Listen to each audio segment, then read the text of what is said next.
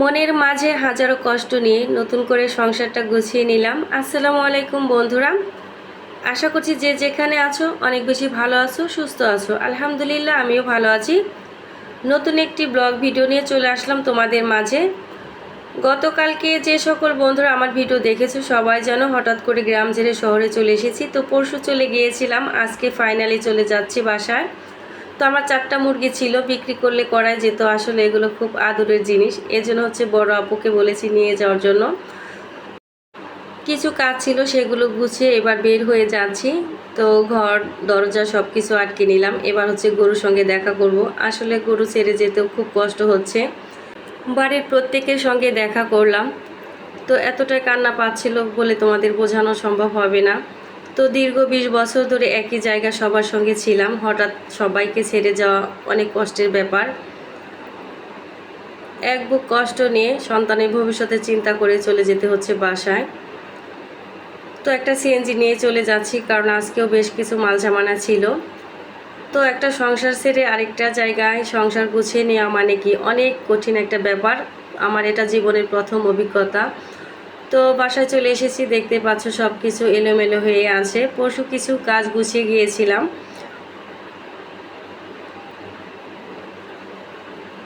যখন বাড়ি থেকে বের হয়ে আসি তো মানিকগঞ্জ পৌঁছানোর পর ছোট মেয়ে মাঝ রাস্তায় নেমে গিয়েছে। তার কোচিংয়ে আজকে এক্সাম ছিল।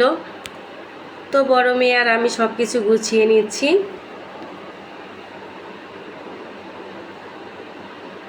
মানে কি বলবো বন্ধুরা, এতটাই কান্না পাচ্ছে আর হাত পা ভেঙে যাচ্ছে। সবাইকে ছেড়ে কি করে থাকবো।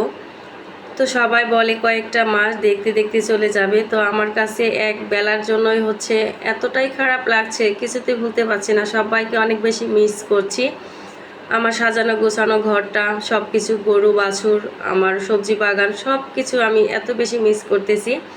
জানি না কতটুকু এখানে ভালো থাকতে পারবো।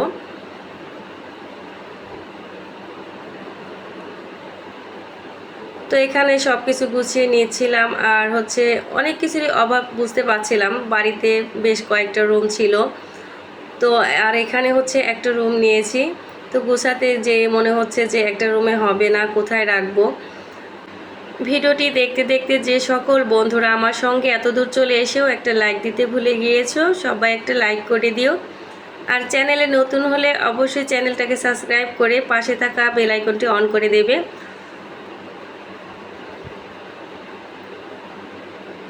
তো মা মেয়ে সব কিছু গুছিয়ে নিচ্ছিলাম।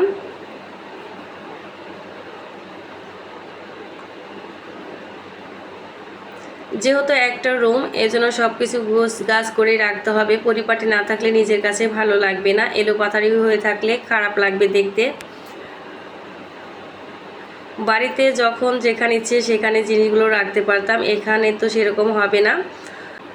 তো যাই হোক, মা মেয়ে গুছিয়ে নিচ্ছিলাম আর এদিকে ছেলে তার মজা সব কিছু বিছানাতে নামিয়ে সে দেখছে কোন মজা কয়টা আছে, সে কয়টা নেবে এবং তার আপুকে কয়টা দেবে। তো এদিকে কাজের ফাঁকে মেয়ে একটু ছেলেকে বিরক্ত করতেছিল যে আমাকে এটা দাও ওটা দাও। ছেলে তার বড় আপুকে কয়েকটা মজা দিয়ে দিয়েছে আর ছোট বোনের জন্য আলাদা গুনে গুনে রাখছে। তো এবার চলে আসলাম কিচেনে। বাড়িতে তো আমার সব জিনিস দুটো করে ছিল। গ্যাসের চুলায় রান্না করার জন্য এক সেট আর মাটির চুলায় রান্না করার জন্য আরেক সেট ছিল। এরকম সব জিনিসই আমার দুটো দুটো ছিল। তো এখানে ছোট্ট কিচেন রুম, কোথায় কিভাবে রাখবো বুঝে উঠতে পারছি না। আর যখন বাড়ি থেকে সব জিনিসগুলো গুছিয়ে নিচ্ছিলাম, শুধু ভাবছিলাম কোনটা রেখে যাব কোনটা নিয়ে যাব।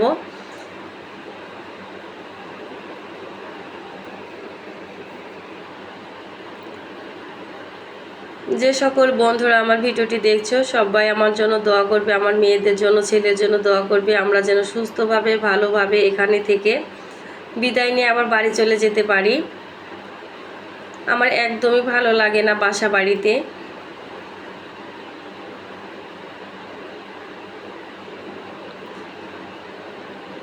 এবার বেসিনটাকে পরিষ্কার করে নেব। আমার কাছে মনে হচ্ছে বেশ অনেক দিন এই রুমে কোনো লোক ছিল না, সব কিছুতে এতটাই ময়লা ছিল। সব কিছুই আমি পরিষ্কার করে নিচ্ছি, এর আগেও পরিষ্কার করে গিয়েছিলাম।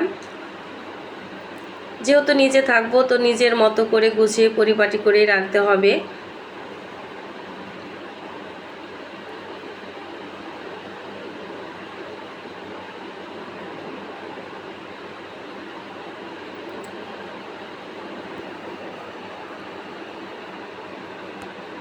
তো আসার পরে হচ্ছে একটু রেস্ট করিনি, একটার পর একটা গুছিয়ে নিচ্ছি। গোছগাছ করা হলেই হচ্ছে মনটা একটু ভালো লাগবে অন্তত।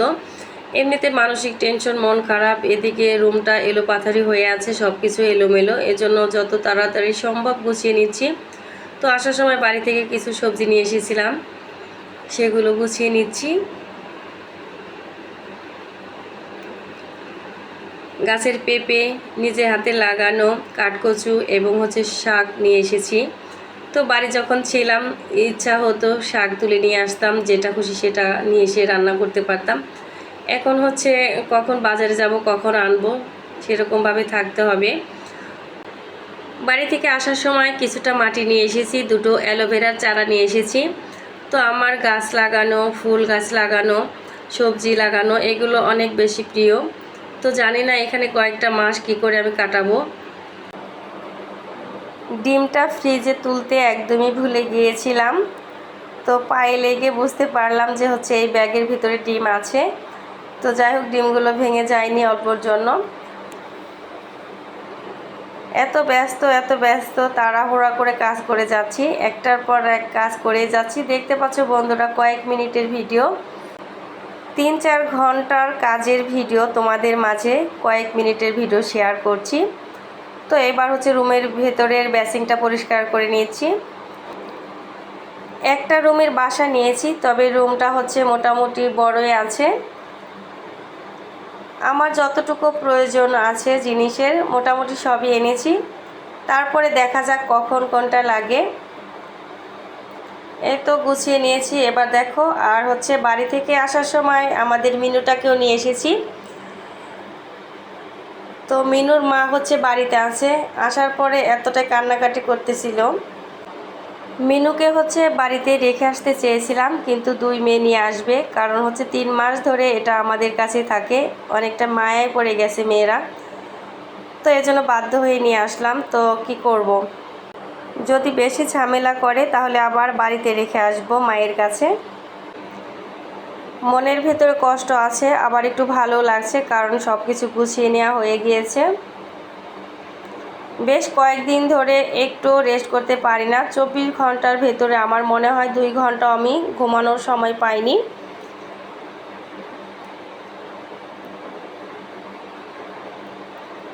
কিচেন রুমটা গোছানো কেমন হয়েছে সেটাও বলবে। এখন ইফতারের জন্য কিছু রান্না বান্না করব, সেহরির জন্য কিছু রান্না করব। তো চুলায় হচ্ছে ডিম বসিয়েছি। ডিমটা সিদ্ধ করে নেবার পর হচ্ছে ছোলা ভুনা করে নিচ্ছি। আজকে মেয়েরা বলছে বেগুনি চপ, ভাজা পোড়া এগুলো কিছুই খাবে না। আর হচ্ছে আজকে পরিশ্রমটাও অনেক বেশি হয়ে গেছে, এজন্য আমারও ভালো লাগছে না। তো শর্টকাটে রান্না করতেছি, শুধু ছোলা ভুনাটা করলাম, আর হচ্ছে একদম সহজভাবে পাস্তাটা রান্না করছি, আলাদা ভাপিয়ে নিইনি, সরাসরি একইভাবে রান্না করে নিচ্ছি। রান্নাটা কমপ্লিট হলে একটু রেস্ট করতে পারলে তবেই ভালো লাগবে। এত বেশি ব্যথা হয়ে গেছে আমার শরীরে, মানে বলে বোঝানো সম্ভব না। সারাক্ষণ কাজ করে যাচ্ছি আজ 4 দিন ধরে।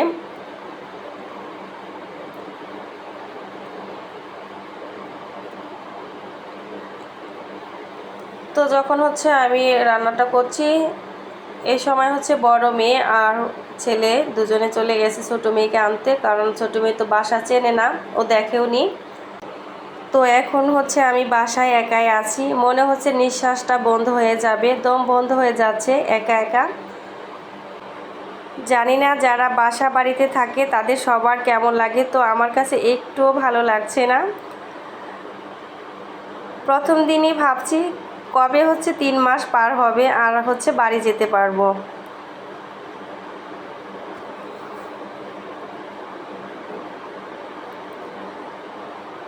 তো পাস্তাটা রান্না করে এবার হচ্ছে আলু দিয়ে ডিম পাতলা ঝোল করব সেহরির জন্য। তেমন কোনো আইটেম করব না। এটা হয়ে গেছে। আর বাড়ি থেকে আসার সময় হচ্ছে একটু মাংস রান্না করে এসেছিলাম, সেটা গরম দিয়ে রাখবো।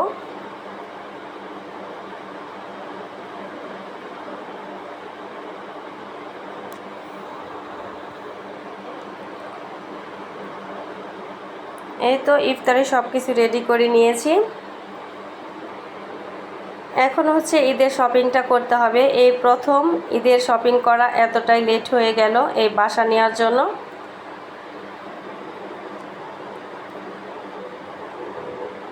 তো যাই হোক বন্ধুরা, ভিডিও থেকে আজকের মতো বিদায় নিচ্ছি। সবাই ভালো থেকো, সুস্থ থেকো, সবাই আমার জন্য দোয়া করো। আমিও সবার জন্য মন থেকে দোয়া করি। মেয়ে কখন যে রুমে মিউজিক লাইটটা লাগিয়েছে আমি নিজেও জানি না, তো সারপ্রাইজ হয়ে গেলাম। তো বন্ধুরা, ভিডিও থেকে আজকের মতো বিদায় নিয়ে নেব। দেখা হবে, কথা হবে নেক্সট টাইমে নতুন ভিডিওর মাধ্যমে। সবাইকে আল্লাহ হাফেজ।